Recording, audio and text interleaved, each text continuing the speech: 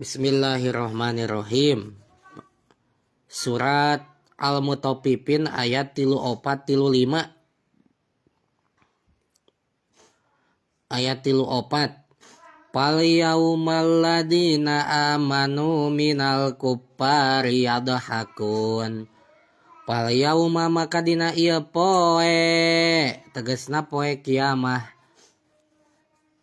Aladina ari jalma-jalma amanu anu iman itu aladina minal kupari ti jalma-jalma kafir yadhakuna eta nyeungseurikeun itu aladina amanu. Ayat 35. Alal aroiki luhureun pirang-pirang ranjang di surga yanduruna ningali itu mukminin mimana zilihim tina pirang-pirang tempatna itu mukminin ilal kupari kajalma-jalma kafir wahum ari itu kupar yuadabuna eta disiksa kupar payadahakuna maka sareuri itu mukminin minhum ti itu kupar kamadohika seperti seuri saha al kuparu jalma-jalma kafir minhum ti mukminin fid dunya di dunya. Jadi engke mati balik anu bakal nyeungseurikeun teh engke mah di akhirat mah jalma-jalma mukmin bakal nyeungseurikeun jalma-jalma kafir.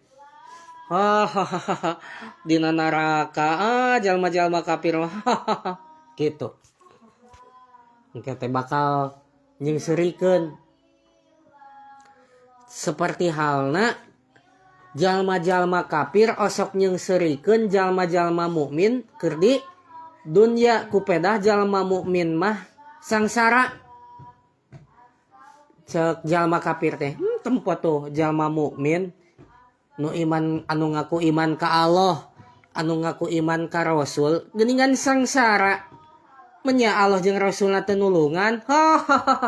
Di dunya mah kitu saha teh. Jalma-jalma kafir teh.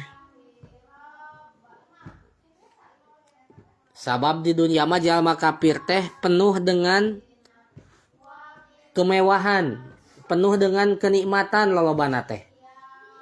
Da teu apal waktu, teu apal haram, teu apal mana kewajiban, teu apal mana nu kudu, teu apal mana nu ulah. Sagala we dilaksanakeun sakumaha sakahayangna. Itu manehanana jalma kafir di dunia sehingga eta jalma-jalma kafir teh nyeungseurikeun jalma-jalma nu iman keur di dunyana teh. Jalma mukminin mah jalma-jalma nu iman mah keur di dunyana teh sangsara da arek berbuat da doraka eta mah. Arek berbuat dalamun berbuat mah bakal ninggalkeun kewajiban ti Allah jeung ti Rasulna. Jadi wet kitu sangsara mukminin teh diseungseurikeun di dunya teh mukminin. Sabalikna ke di akhirat jalma mukminin bakal nyeungseurikeun jalma-jalma kafir anu disiksa dina neraka.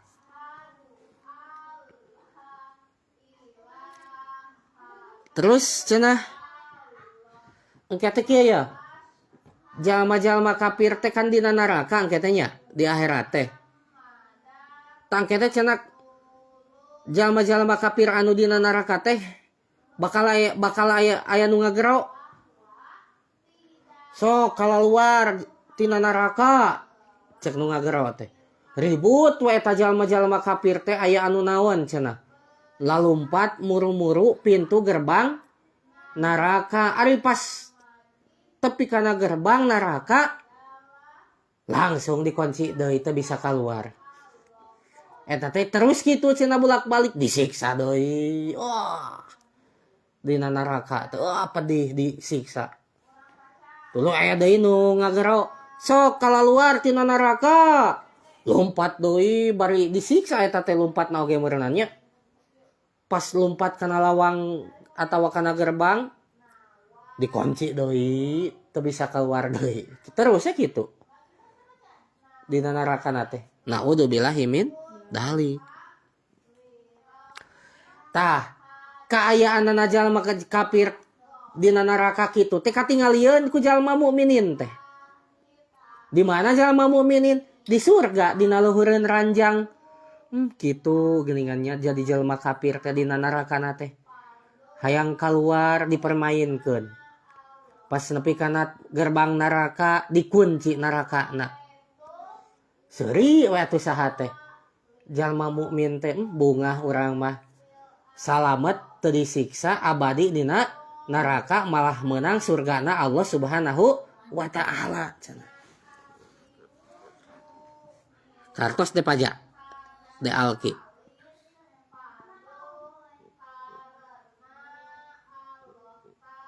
Tah.